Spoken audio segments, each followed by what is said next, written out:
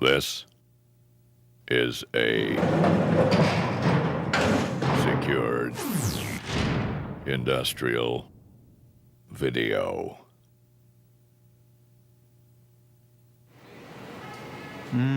Excuse me, do you work here? Yeah, I do maintenance, but I've worked all over. But, Oh, the rest of me? Uh-huh.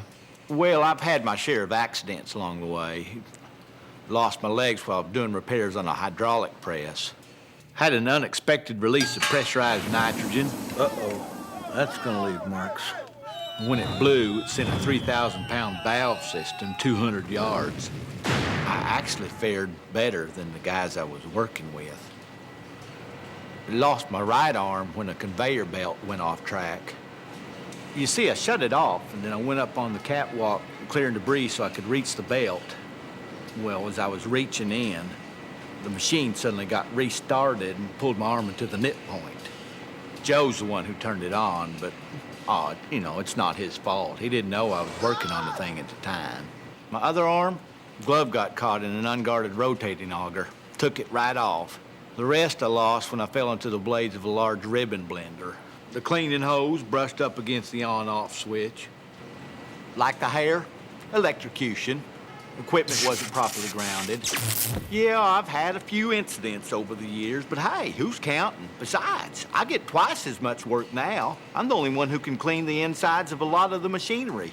Well, enough war stories. I gotta get back to work.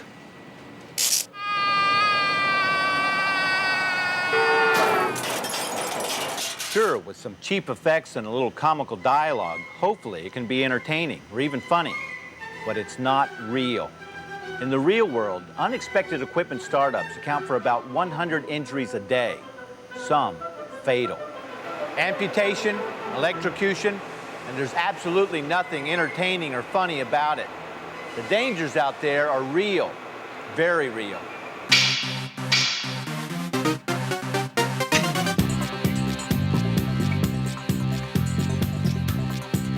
Real Life with your host, Tim Wright.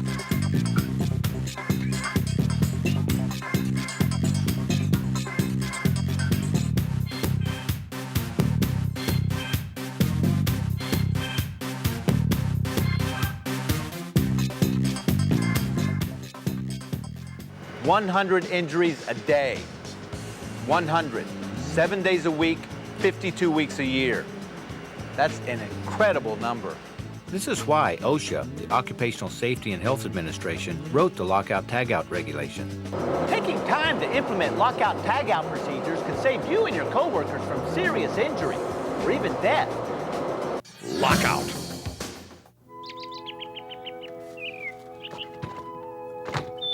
Honey? Honey!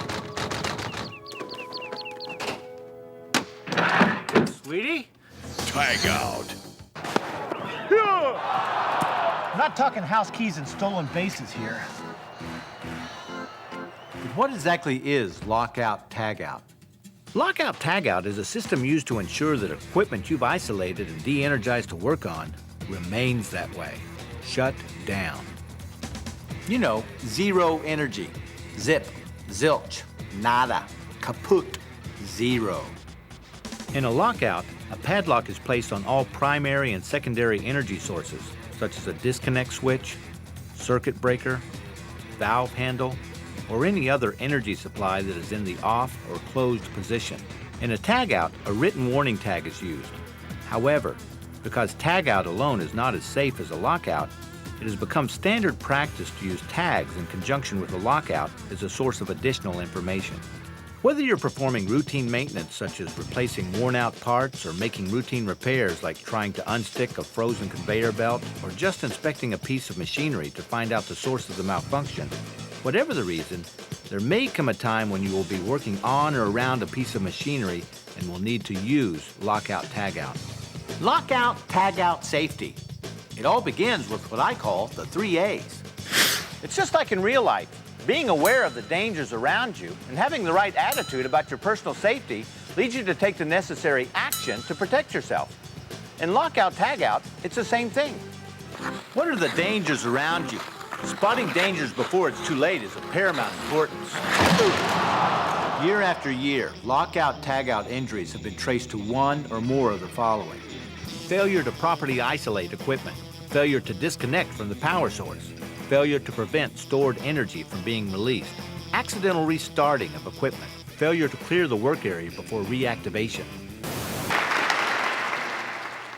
Is this thing on? Whoa.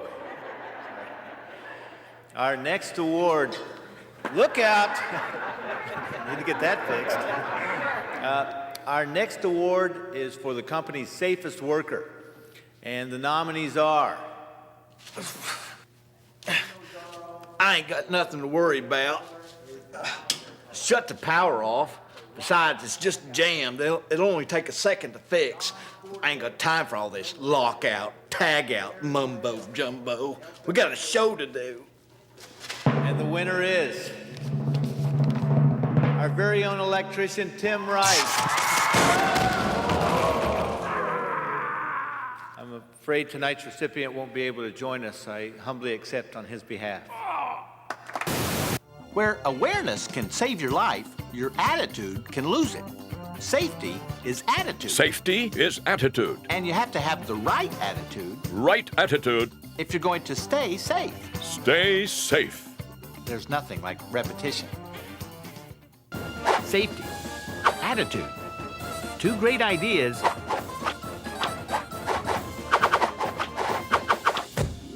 that go together. Get a safety-tude today. No matter how small the job or how little time it might take, lockout tagout is never an area you want to take for granted. Lockout, tagout are always in vogue. The most important of the 3 A's, action. Now that you know the dangers you're facing and you have the right attitude, what actions will you take to ensure your safety? When? Where? Why? For 1.5 million, when is lockout tagout used? A, when your safety manager is looking. B, on any given Monday. C, the Heimlich maneuver. D, anytime you service or perform maintenance. That would be when your safety manager's looking. A. Final answer? When is lockout tagout used? Anytime you service or perform maintenance, including construction, installing, setting up, adjusting, inspecting, repairing, or modifying any machinery or equipment. Excuse me, sir, where is lockout tagout used? Oh, you know, that's for two guys on TV wrestling. Buford stopped that. And one guy jumped in and... Where is lockout tagout used? Locks and tags are applied to all primary and secondary energy sources. Because energy used to power equipment comes in so many different forms, including electrical, hydraulic, pneumatic, mechanical, kinetic, chemical, or thermal, your employer's energy control program will spell out the types of hazardous energy specific to your job site. Why is lockout tagout used? You know the answer. 100 injuries a day. Lock it, tag it. Your employer is responsible for providing locks and tags. You are responsible for using them and using them properly. Locks and tags are designed specifically for your job and should never be used for locking personal items or anything else. IDs on locks and tags let others know who's responsible for the lockout. For this reason, you never want to trade locks or tags with another worker. I'll trade you these 3 tags for that pretty little blue lock you got there. But attaching locks and tags to the energy source is only a part of the lockout tagout procedure. Take the following steps when implementing a lockout. Step 1. Prepare for shutdown. What kind of energy is being used? Know it. Is it electrical or hydraulic? Pneumatic or kinetic? Mechanical? Chemical? Thermal? Find it. Where are the primary and secondary energy sources that need to be isolated and locked out? Also, be sure to inform other workers you're shutting down. Step 2. Shut down equipment. Do it. Shut down the equipment using normal stopping procedures as outlined by your operation procedure. Step 3. Isolate equipment. Get involved. Isolate the equipment from every power source. It involves more than just shutting off the power. Close valves, throw main disconnects and circuit breakers, and block or blank any auxiliary power such as hydraulic or pneumatic systems. Step 4. Apply lockout tagout devices. Lock it and tag it. Apply locks and tags to all primary and secondary energy sources. Everyone applies his or her own lock. Step 5. Control stored energy. Watch it. Control stored energy. Even with the power off, equipment can still have residual energy. Check it. Check to make sure all moving parts have stopped turning. Relieve it. Vent or drain trapped pressure. Install it. Install ground wires to avoid electrocution. Support it. Block or support elevated equipment. Step 6. Verify isolation. Teamwork. Warn the other employees and make sure the lockout area is clear, and double check your steps. This is the tryout phase. Having a pre-job briefing before the lockout operation begins always helps. Retrace your steps to ensure the equipment has been properly locked out and all energy sources have been contained or released. Communicate. Confirm with everyone involved that all locks and tags are in their appropriate place. Communication is essential. Finally, once work is complete and you're ready to reactivate the machinery, notify all affected employees that locks and tags will be removed. Again, make sure everyone is clear. Each worker will remove his or her own lock. It is illegal to remove someone else's lock. Sir, is that your lock? This one? No. You have the right to remain silent. Anything you say can and will be used against you. Tags should be signed and turned in, and any other procedures outlined by your employer should be carried out before restarting equipment. Awareness, attitude, action. Be aware of the energy hazards you encounter. Keep the safety first attitude. Remember, the only shortcut in lockout tagout is to the hospital. And most importantly, take action.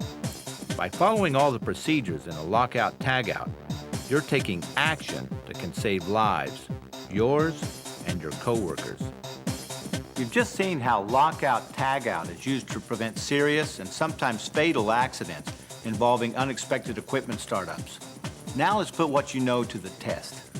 In this section, we'll be putting several workers into various lockout tagout situations. With your help, hopefully they'll make it through injury-free. Just remember the 3 A's: awareness, attitude, and action.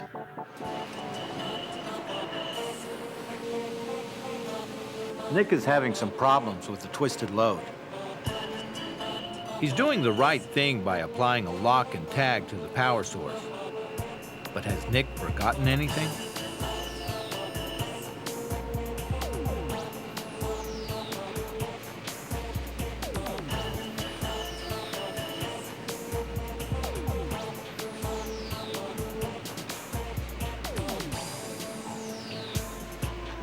Nick did a couple of things wrong here. First, he forgot to check for secondary power sources and to release the trapped energy that may be in them. Remember, some machines run in cycles, and even with the power off, they still have enough residual energy to complete a cycle. What else did Nick forget? Right. Nick should have taken steps to block any potential energy in case of a sudden release of pressure. And finally, Nick never informed the other workers that a lockout was being used, nor did he make sure everyone was clear.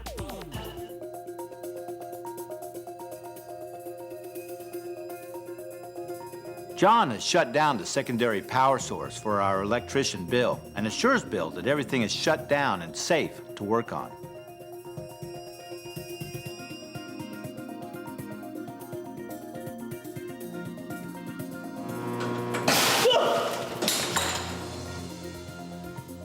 What potentially fatal mistakes did Bill make as he prepared to work on the circuit box? Correct. To ensure no power is flowing to the circuit box, Bill should always check all primary and secondary power sources personally and not rely on the word of a coworker alone. Bill should also use a check meter to test for any hot wires before beginning any electrical work.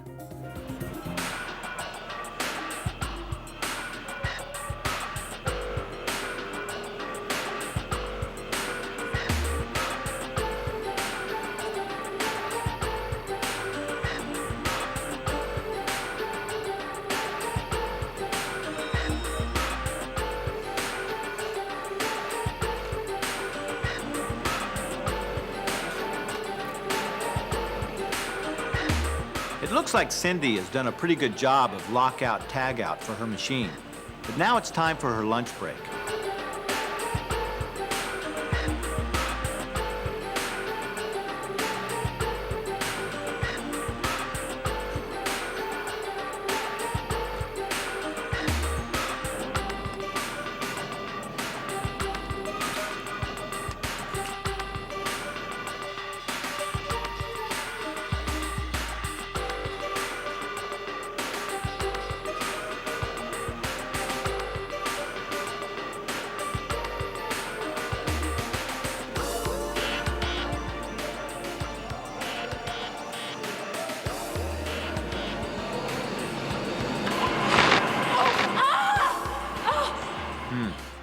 Not good. Several things were done wrong here. Can you name them? Obviously, Nick is in serious violation when he removes a lock that does not belong to him. But even if, under rare and special circumstances, he had been authorized by his supervisor to remove the lock, he absolutely should have informed Cindy of what he was doing. But in what way is Cindy responsible for what happened? Right. Whenever you return to a lockout area, always make sure that locks and tags are still in place and that no one has tampered with the equipment. Communication is essential. Teamwork is key. But when it comes to your safety, ultimately, the responsibility is yours. Lockout tagout and the 3 A's to safety. You gotta follow them in real life, because in here, you get second chances. But out there, you only get one. So be aware of the potential hazards around you. Keep that safety first attitude. When it comes to protecting yourself, take action.